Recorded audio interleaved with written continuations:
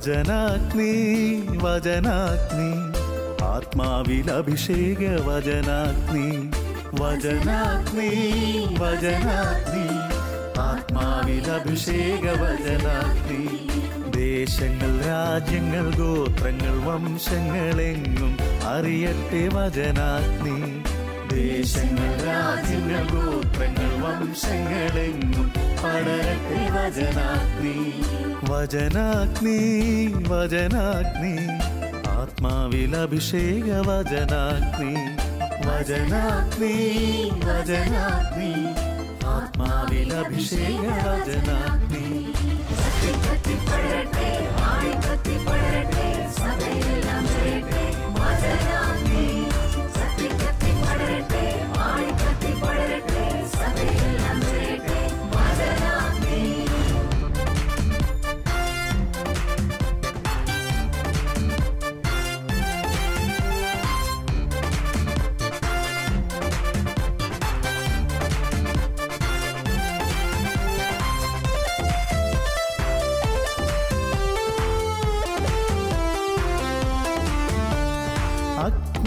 അയക്കുന്ന തിരുവചനം അത്ഭുതങ്ങൾ ഉളവാക്കും വചനം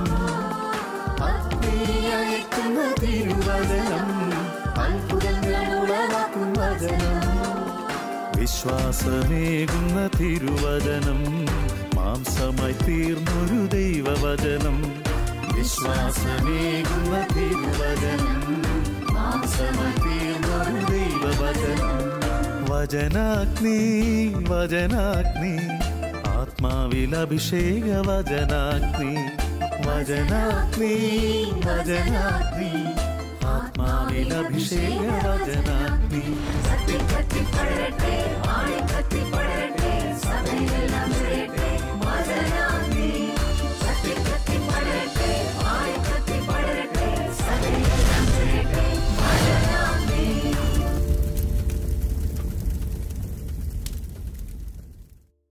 പ്രൈസ് ദി ലോർഡ്. ഹല്ലേലൂയ. ഈശോയിൽ പ്രിയപ്പെട്ട വചനാഗ്നി പ്രേക്ഷകർക്ക് ഈ ശുശ്രൂഷയിലേക്ക് ഈശോയുടെ നാമത്തിൽ ഹൃദ്യമായ സ്വാഗതം. പ്രിയപ്പെട്ട സഹോദരങ്ങളെ, ദൈവത്തിൻ്റെ വചനത്തിൻ്റെ മുമ്പിൽ ആ വചനത്തിൻ്റെ സൗഖ്യവും ശക്തിയും വ്യക്തിപരമായി അനുഭവിക്കാൻ ആഗ്രഹിച്ചാണ് നാം ഈ ശുശ്രൂഷയിൽ പങ്കുചേരുന്നത്.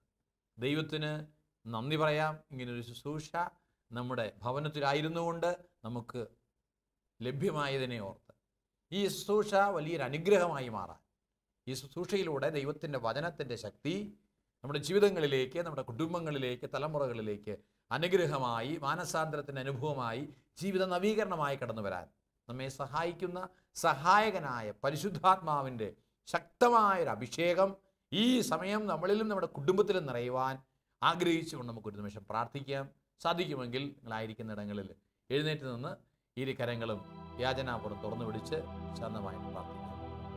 കർത്താവായ ഈശോയെ, അങ്ങയുടെ തിരുനാമത്തിൽ ഞങ്ങൾ ഈ ശുശ്രൂഷയിൽ പങ്കുചേരുമ്പോൾ അങ്ങയുടെ തിരുരക്തത്തിൻ്റെ ശക്തി ഞങ്ങളിലേക്ക് നിറയട്ടെ. വചനം ഇരുതല വാളിനേക്കാൾ മൂർച്ചയേറിയ ശക്തിയുള്ള സൗഖ്യദായകമായ വിശുദ്ധീകരിക്കുന്ന വചനം ഞങ്ങളുടെ ഹൃദയങ്ങളിലേക്ക് നിറയട്ടെ. ഇത് തടസ്സമായിട്ടുള്ളതെല്ലാം ഈശോയുടെ നാമത്തിൽ നീങ്ങിപ്പോകട്ടെ എന്ന് പ്രാർത്ഥിക്കുന്നു. ഈശോയുടെ തിരുനാമത്തിൻ്റെ അത്ഭുത അഭിഷേകം ഇപ്പോൾ ഞങ്ങൾ നിറയട്ടെ. ഈ ശുശ്രൂഷ ഞങ്ങൾക്ക്, ഞങ്ങളുടെ കുടുംബത്തിന്, തലമുറകൾക്ക് ഒരു അനുഗ്രഹമായി തീരട്ടെ എന്ന് പ്രാർത്ഥിക്കുന്നു. ഹല്ലേലൂയ. യേശുവേ നന്ദി, യേശുവേ സ്തുതി, യേശുവേ ആരാധന. Hallelujah hallelujah hallelujah hallelujah hallelujah hallelujah hallelujah hallelujah. യേശുവേ ആരാധന. Price the Lord. ഹല്ലേലൂയ.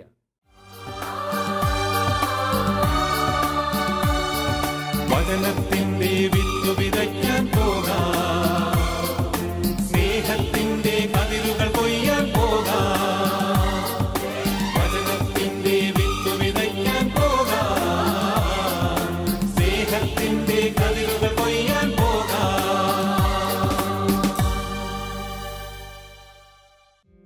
പ്രിയപ്പെട്ട സഹോദരങ്ങളെ, ഇന്നത്തെ നമ്മുടെ വിചിന്തന വിഷയം സുഭാഷിതങ്ങളുടെ പുസ്തകം 19-ാമത്തെ അധ്യായം അതിൻ്റെ 17-ാമത്തെ തിരുവചനമാണ്. അതിന് പ്രകാരമാണ്: ദരിദ്രനോട് ദയ കാണിക്കുന്നവൻ ദൈവത്തിന് കടം കൊടുക്കുന്നു, അവിടുന്ന് ആ കടം വീട്ടും. Praise the Lord. ഹല്ലേലൂയ. ദരിദ്രന് അർഹതപ്പെട്ട ദയ, കരുണ നാം കൊടുക്കുമ്പോൾ അത് ദൈവത്തിന് കടം കൊടുക്കുന്നത് പോലെയാണ്. ആ കടം ദൈവം വീട്ടുമെന്ന് വചനം നമ്മെ ഓർമ്മപ്പെടുത്തുന്നു. പ്രിയപ്പെട്ടവരെ, ദരിദ്രർ എന്നും നിങ്ങളോട് കൂടെ ഉണ്ടായിരിക്കുമെന്ന് ഈശോ പറഞ്ഞിട്ടുണ്ട്. എന്തിനാണ് ദരിദ്രരെ നൽകപ്പെട്ടിരിക്കുന്നത്?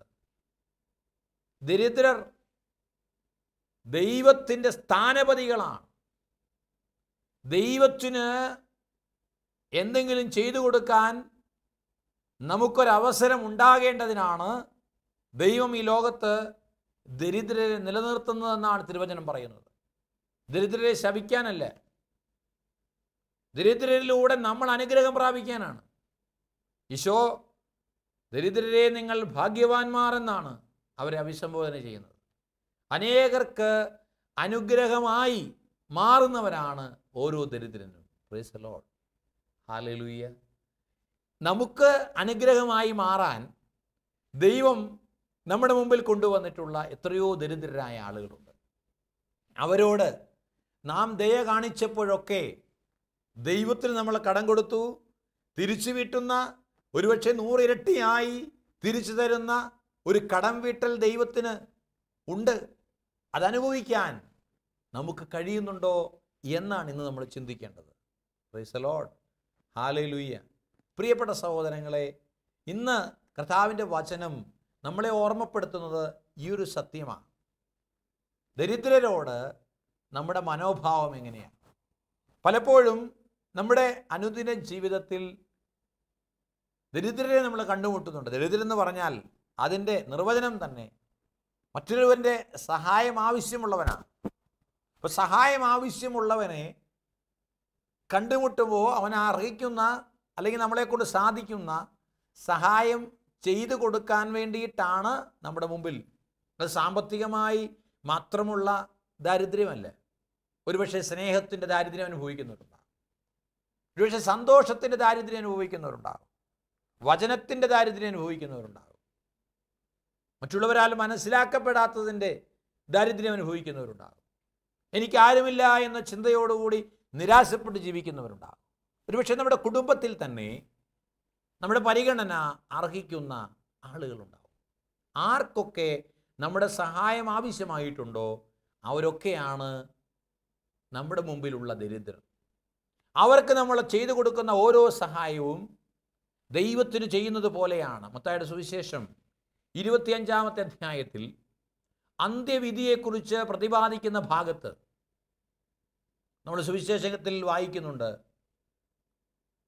എൻ്റെ എളിയ സഹോദരങ്ങളിൽ ഒരുവന് നിങ്ങളിത് ചെയ്തു കൊടുത്തപ്പോൾ എനിക്ക് തന്നെയാണ് ചെയ്തത്.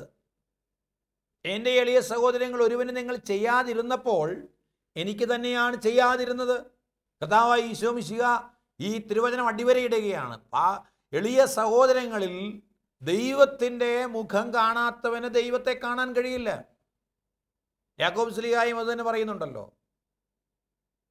പ്രവൃത്തി കൂടാതെയുള്ള വിശ്വാസം അതിനാൽ തന്നെ നിർജീവമാണ് എന്ന്. യോഹന്നാൻ ശ്ലീഹ പറയുന്നത് എന്താ? കാണപ്പെടുന്ന സഹോദരനെ സ്നേഹിക്കാത്തവന് കാണപ്പെടാത്ത ദൈവത്തെ സ്നേഹിക്കുക സാധ്യമല്ല.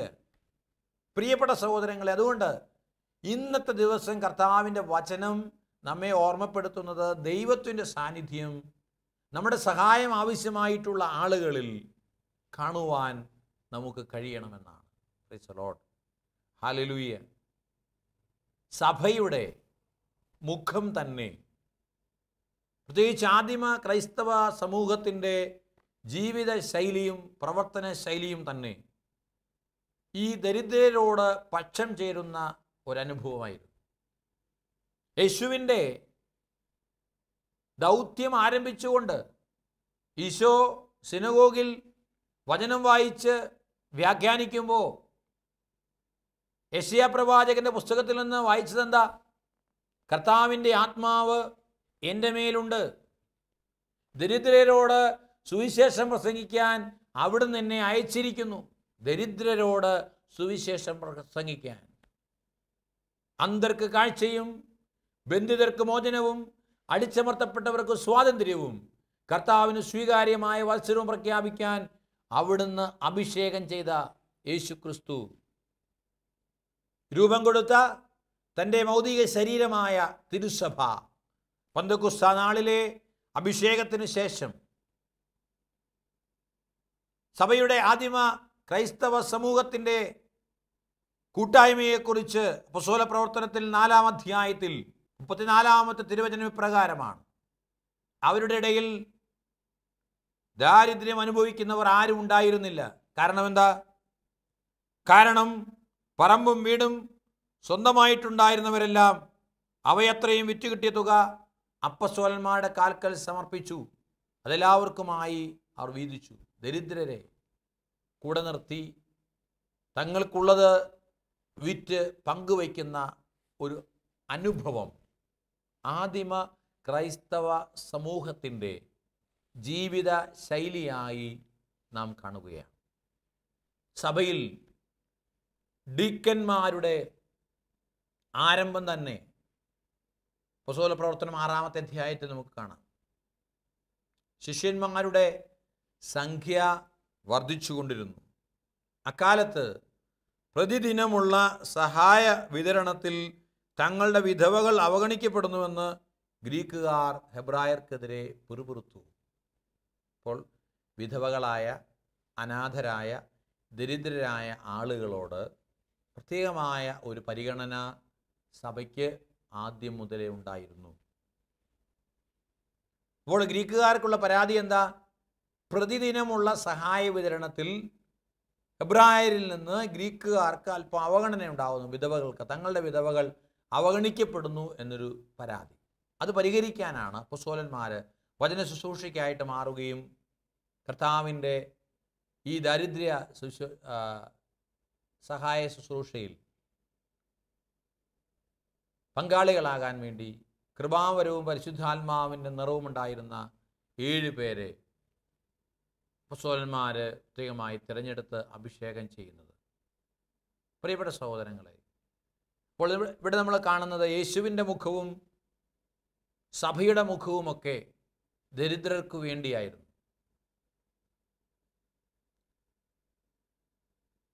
ഈ മുഖം ഇന്ന് സ്വന്തമാക്കേണ്ടവരല്ലേ നമ്മൾ?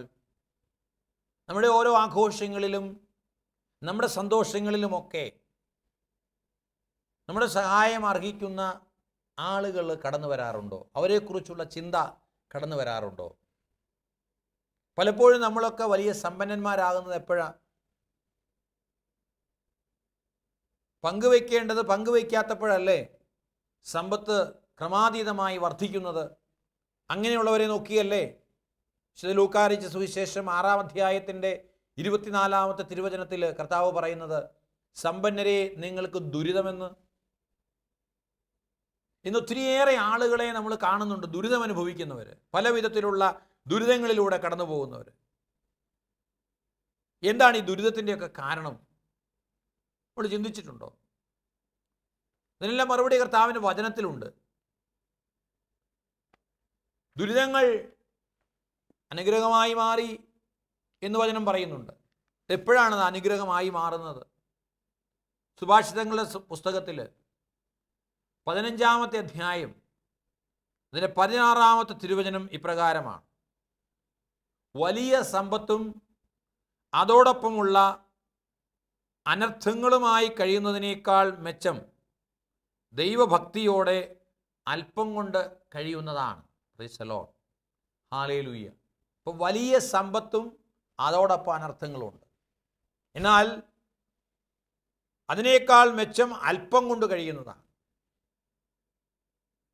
അല്പമുള്ളവനായി വരണമെങ്കിൽ അധിക സമ്പത്ത് ദാനം ചെയ്യാൻ, ദരിദ്രനുമായി പങ്കുവയ്ക്കാൻ സക്കേവൂസിനുണ്ടായിരുന്ന മനോഭാവം, എൻ്റെ സ്വത്തിൽ പകുതി ഞാൻ ദരിദ്രർക്ക് കൊടുക്കുന്നു, വഞ്ചിച്ചെടുത്തത് 4 ഇരട്ടിയായിട്ട് തിരിച്ചു കൊടുക്കുന്നു. അങ്ങനെ രക്ഷ നേടുന്നതായിട്ട് നമ്മൾ കാണുന്നുണ്ട്. ഇത് സാധ്യമാകണം. ഇവിടെയാണ് നമ്മുടെ രക്ഷ. ഈ ഒരു പങ്കുവെപ്പ് അനുഭവത്തിലേക്ക് നമ്മുടെ വിശ്വാസ ജീവിതം പ്രിയപ്പെട്ടവരെ വളരണം. നമ്മളെല്ലാ ദിവസവും വചനം കേൾക്കുന്നുണ്ട്, കൂദാശകളിൽ പങ്കെടുക്കുന്നുണ്ട്, പ്രാർത്ഥിക്കുന്നുണ്ട്, വചനം വായിക്കുന്നുണ്ട്. എന്നാൽ ധനവാനെ പോലെ പടിവാതിൽക്കൽ കിടക്കുന്ന ലാസറിന്റെ മുമ്പിൽ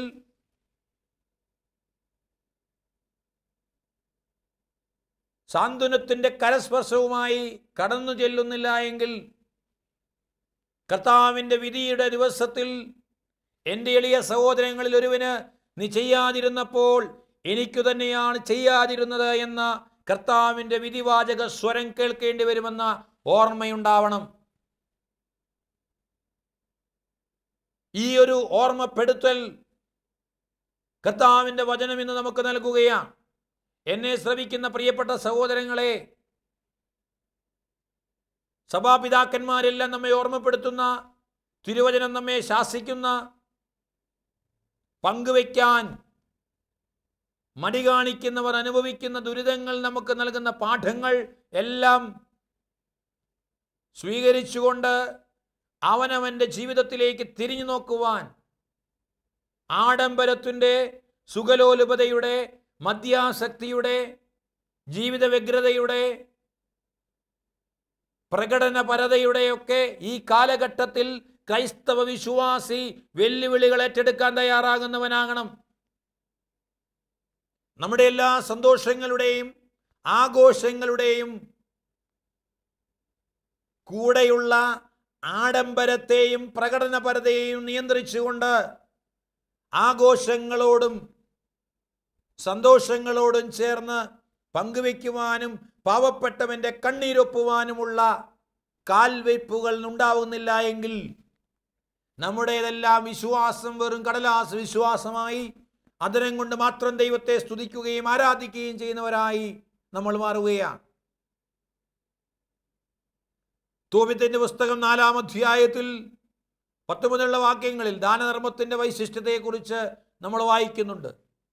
മൃത്യുവിൽ നിന്ന് രക്ഷിക്കുകയും അന്ധകാരത്തിൽപ്പെടുന്നതിൽ നിന്ന് കാത്തുകൊള്ളുകയും ചെയ്തൊരു സംരക്ഷണമാണ് ദാനധർമ്മം.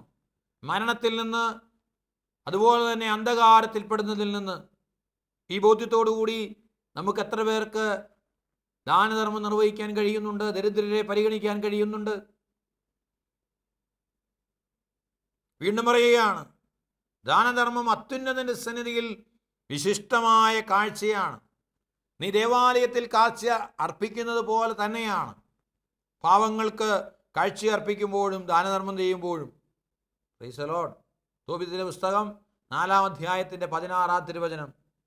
നിനക്ക് നിന്റെ അപ്പം വിശക്കുന്നവനുമായി പങ്കിടുക, നഗ്നനുമായി നിന്റെ വസ്ത്രവും മിച്ചമുള്ളത് ദാനം ചെയ്യുക. പ്രിയപ്പെട്ട സഹോദരങ്ങളെ, സഭ ഇന്ന് മാറി ചിന്തിക്കേണ്ട കാലഘട്ടമായിരിക്കുകയാണ്. മിച്ചം വരുന്നത് എങ്ങനെയെങ്കിലും ചെലവാക്കാൻ വേണ്ടി നമ്മുടെ ദേവാലയങ്ങളിലും സ്ഥാപനങ്ങളിലുമൊക്കെ പുതിയ പുതിയ നിർമ്മാണ പ്രവർത്തനങ്ങൾ നമ്മൾ കണ്ടുപിടിച്ചുകൊണ്ടിരിക്കുകയാണ്.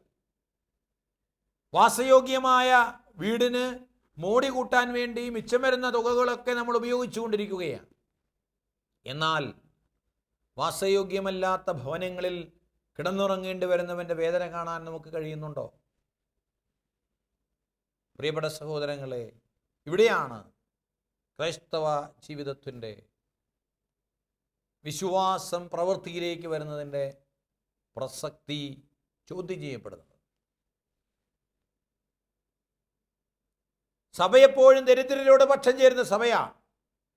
വചനം ജീവിതത്തിലേക്ക് പകർത്തുവാൻ നമുക്ക് കഴിയണം. വചനാധിഷ്ഠിതമായ ഒരു ജീവിതത്തിലൂടെ ദൈവത്തിൻ്റെ സ്നേഹം മറ്റുള്ളവരിലേക്ക് പകർന്നു കൊടുക്കാൻ മുമ്പിൽ കൈകൾ നീട്ടി നിൽക്കും മനുഷ്യനേക്കാൾ വലിയ നിധി മറ്റൊന്നിലും തേടാതെ, നശ്വരമായ സമ്പത്തിനേക്കാൾ അനശ്വരമായ നിത്യജീവനെ ലക്ഷ്യമിട്ടുകൊണ്ട് ദൈവത്തിൻ്റെ പരിശുദ്ധാത്മാവിൻ്റെ പ്രേരണയനുസരിച്ച് മിച്ചമുള്ളത് ദാനം ചെയ്യാൻ, സമ്പാദ്യങ്ങളുടെ കെട്ട് പൊളിക്കാൻ കർത്താവിൻ്റെ വചനം ഇന്ന് നമ്മെ ഓർമ്മപ്പെടുത്തുകയാണ്. നിന്റെ വലിയ ദുരിതത്തിൻ്റെ കാരണം, നിന്റെ അനർത്ഥങ്ങളുടെ കാരണം നിന്റെ വലിയ സമ്പത്താണ്. ആ വലിയ സമ്പത്ത് നിന്നിൽ നിന്ന് ഒഴിഞ്ഞു പോകേണ്ടതിനാണ് ഒരുപക്ഷെ ദൈവം പല ദുരിതങ്ങളും അനർത്ഥങ്ങളും അനുവദിച്ചു തന്നിരിക്കുന്നത്. അതിലൂടെ ദൈവം ആഗ്രഹിക്കുന്നത് നിന്റെ രക്ഷയാണ്, നിന്റെ സ്വർഗ ജീവിതമാണ്. അതുകൊണ്ട് പ്രിയപ്പെട്ട സഹോദരങ്ങളെ, പങ്കുവയ്ക്കാനുള്ള ഒരു മനസ്സ് അത് ദൈവത്തിൻ്റെ ഒരു കൃപയാണ്. എനിക്ക് പരിചയമുള്ള ഒരു സഹോദരൻ വിൻസെൻ്റ് ഡി പോൾ സൊസൈറ്റിയിൽ വലത് കൈ ചെയ്യുന്നത് ഇടത് കൈ അറിയാതെ ശുശ്രൂഷ ചെയ്യുന്ന ഒരു സംഘടനയാണല്ലോ.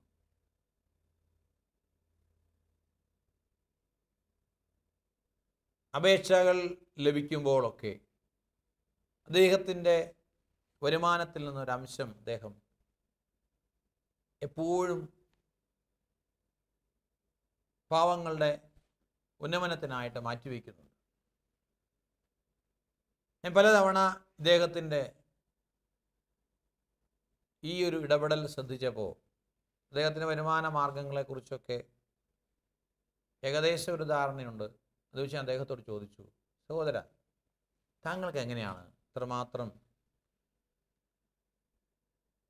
ഈ പാവങ്ങൾക്ക് വേണ്ടി കൊടുക്കാനായിട്ട് പണം ലഭിക്കുന്നത്? അപ്പം അദ്ദേഹം എന്നോട് പറഞ്ഞൊരു കാര്യമുണ്ട്. അച്ഛാ, നമ്മളൊക്കെ വിളമ്പുകാരാണ്, കലവറക്കാരനാണ് കർത്താവ്. നമ്മളൊരു സദ്യയ്ക്ക് പോയാൽ വിളമ്പുകാരുടെ പാത്രത്തിൽ തീർന്നാലല്ലേ വിളമ്പുകാർക്ക് ചെന്ന് കലവറക്കാരനോട്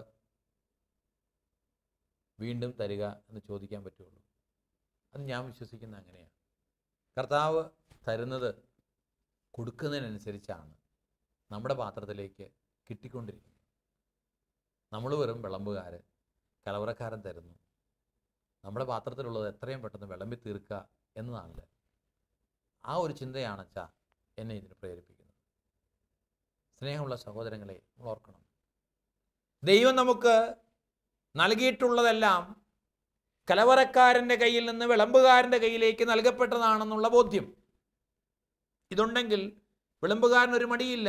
കാരണം അവൻ്റെ കയ്യിലേത്, അവൻ്റെ പാത്രത്തിലേത് തീരുന്നതിനനുസരിച്ച് അവൻ ലഭിച്ചുകൊണ്ടിരിക്കും.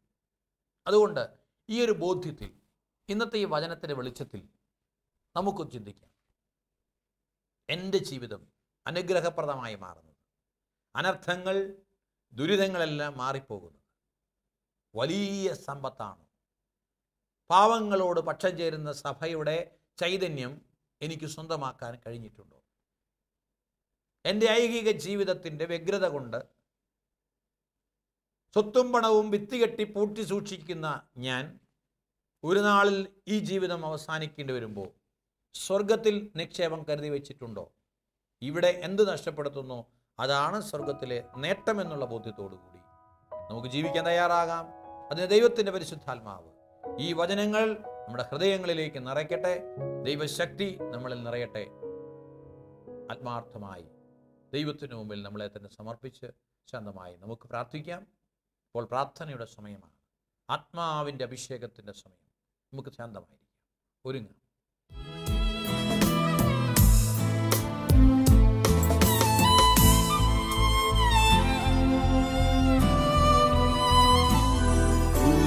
കണ്ടു ഞാൻ നിൻ സ്നേഹത്തെ, ആഴമാർന്ന നിൻ മഹത്യാഗത്തെ.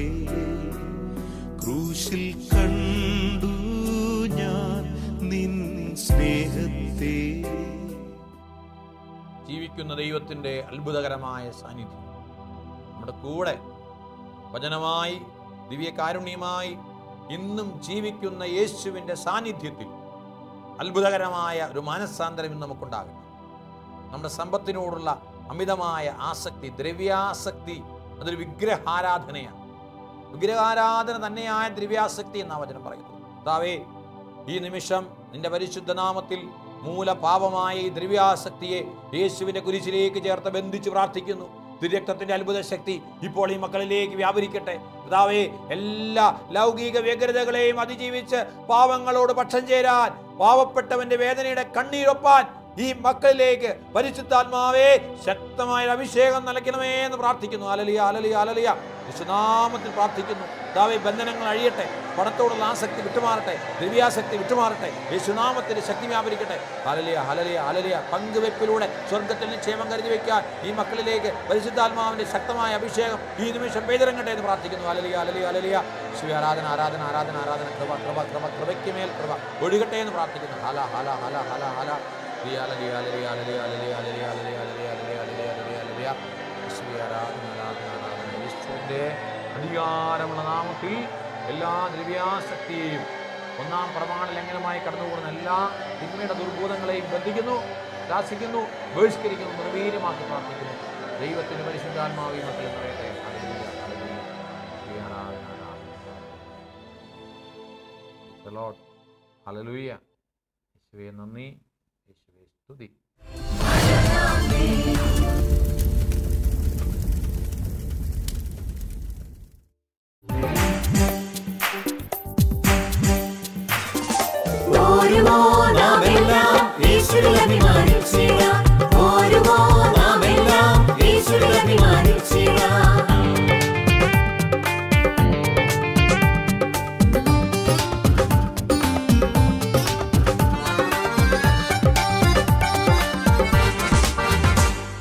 നമ്മുടെ നാഥൻ ഒലിവുമലയിൽ അന്ന് നൽകിയ മിഷൻ ദൂത് തലമുറ തലമുറ കൈമാറി കെടാതെ ഞങ്ങൾ ഘോഷിക്കും, കെടാതെ ഞങ്ങൾ ഘോഷിക്കും.